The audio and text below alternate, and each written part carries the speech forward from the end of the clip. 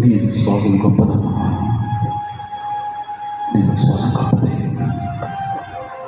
నీకు సంఘం లేదు, పాస్టర్ లేడు, బైబిల్ లేదు, ఎట్లా నమ్మేవమ్మా? ఒక్కొక్కళ్ళకి ఆహం ఎక్కువ. తెల్లవారుజామున 2:30కి హీరోయిన్ లేస్తుంది సినిమా ఫీల్డ్, తెలుసా నీకు? 3:30 వరకు మేకప్ వేసుకొని 4:30-5 గంటలకి 100 లైట్ల మధ్య ఒక 20 కెమెరాలు పెడితే సగం పట్టేసుకొని డ్యాన్స్ చేస్తూ ఉంటుంది.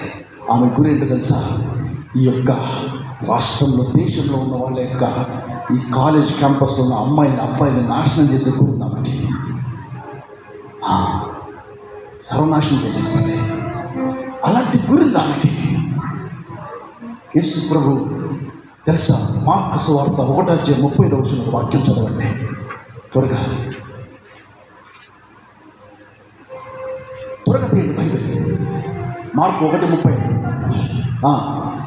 మార్కు సువార్త 1:35. ఆయన పెద్దల కొరకు లేచి ఇంకా చాలా చిక్కులు ఉండగానే బయలుదేరి అరణ్య ప్రదేశంలోకి వెళ్ళి ఇక్కడ ప్రార్థన చెయ్యొచ్చుండెను. ఎప్పుడు లేచాడు ఆయన? పెద్దలకి. ఈరోజు తెల్లవారు 2:30 లేచి ప్రార్థన చేసావా? హీరోయిన్ 2:30 లేస్తాను తెలుసా నీకు ఆ సంగతి? నువ్వు ఎలా పడుకుంటావు పొద్దున? ఎలా నిద్ర పట్టుద్దు నీకు? తిని పడుకోవడానికి వచ్చావా? ఏమిస్తావు దేవుడికి? నీ హృదయం దేవుడికి స్థానమే లేదా? ఉందా? ఉంటే ప్రభుని అడుగు, ప్రభా నా పెదవులు అపవిత్రమైపోయిన ప్రభా, నేను కుక్కని ప్రభా. పౌలు ఏమంటాడు తెలుసా? 1 తిమోతి 1:15 చదవండి త్వరగా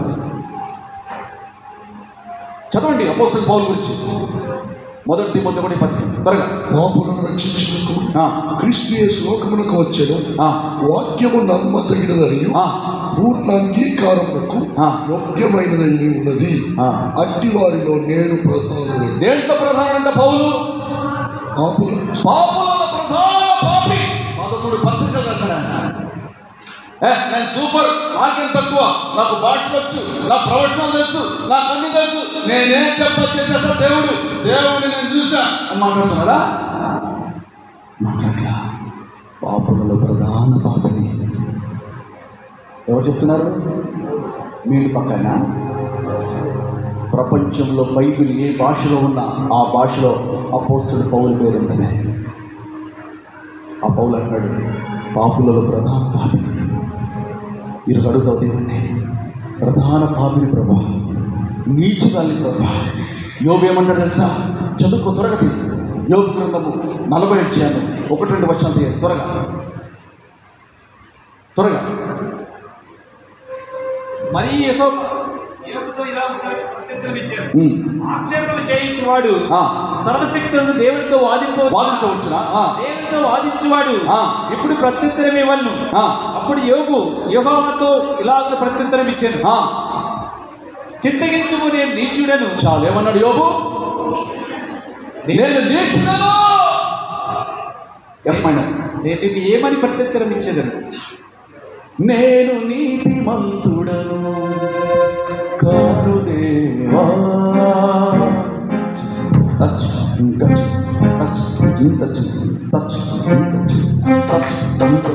నేను నీతిమంతుడను కాను దేవా, నీకు నమ్మకస్తునిగా లేను యేసయ్యా.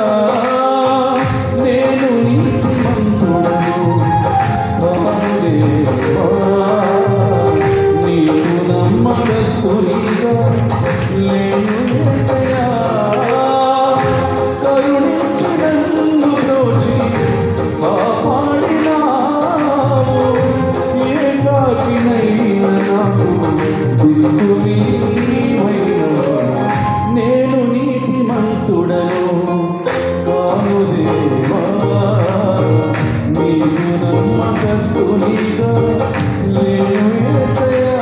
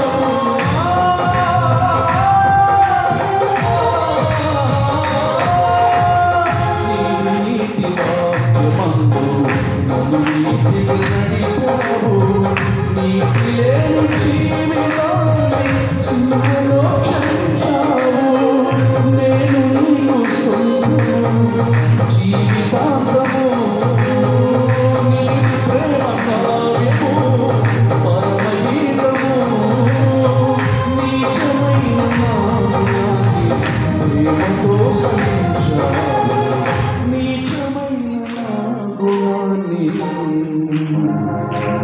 ప్రేమతో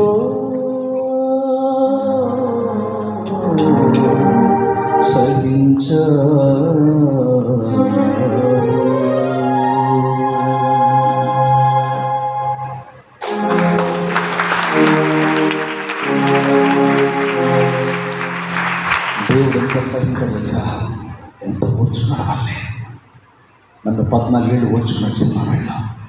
అరే ఇంకెంతకాలం ఉంటారా ఈ దొంగల మధ్య, తాగుబోతుల మధ్య, వ్యభిచారుల మధ్య, దుర్మార్గుల మధ్య, ఈ భయంకరమైన వలయంలో ఎంతకాలం ఉంటావు? నిన్ను సహిస్తాను నేను. ప్రభు పాదాలు పట్టుకుంటే ఆ భయంకరమైన ఊపిలోంచి దేవుడు బయట నేను తీసుకొచ్చాను కాక. నా స్నేహితుడు కూడా వచ్చాడు, తిరుపతిలో 25 లక్షలు వేసి హైదరాబాద్లో రియల్ ఎస్టేట్ దందా. ఒక ఫోన్ కొడితే మినిస్టర్కి కాల్ చేతులు తీసేస్తారు. అలాంటి రౌడీ ఇక్కడ దాకా పులిగోరు వేసుకొని తిరుపతికి వెళ్ళి 25 లక్షలు వేసి చెన్నై పోయి తేజ్ ప్రసాద్ కలిసి చాలా మంది కలిసి వచ్చాడు. నా ఫ్రెండ్ వాడిని క్లాస్ వచ్చి వాళ్ళు బ్రాండ్ ఉన్నాడు వచ్చాడు. ఆయనకి వచ్చాడు, అరే మోన్ టైం లేదు రాను. రేంజ్ రోవర్ కార్ వేసుకొని వచ్చాడు, స్కాచ్ విస్కీ బాటిల్ పెట్టుకొని వచ్చాడు. ఇద్దరం కలిసి బాగా తాగాలి బయటకు వెళ్ళాను. నేను అప్పుడే సినిమా గురించి బయటకు వచ్చి ప్రార్థన చేసుకుంటాను ఇంట్లో. దేవుడు నాకు పెట్టిన పరీక్ష. ఒక సూట్ కేసులో ₹1,00,00,000 ఉంది క్యాష్. భయంకరమైనటువంటి రియల్ ఎస్టేట్ దందా చేసుకుంటూ వచ్చి, మరి సినిమాకి వెళ్ళరా డబ్బులు ఉన్నాయి. నేనన్నా ఓకే సినిమా చేసేప్పుడు పాట వినిపిస్తాను. ఆ పాట అప్పుడే కంపోజ్ చేశాను. ఏ షార్ప్ మైనర్ అది, ఏ షార్ప్ మైనర్. సరే వదిలేదు. ధరణి గెలిచి ధనము కూర్చి తెలివి నేర్చి నిన్ను మరచి నేనే మార్గం సత్యం జీవం అని పలికిన యేసు స్తోత్రం. నీ దారిలోనే నడిచెదా, నీ ప్రేమలోనే నిలిచెదా, నిరంతరం కొలిచెదా. ఇది పల్లవి చరణం. ధరణి గెలిచి ధనము కూర్చి తెలివి నేర్చి నిన్ను మరచి బ్రతుకునంత అతుకు వేసి చితికి పోయి చితిని చే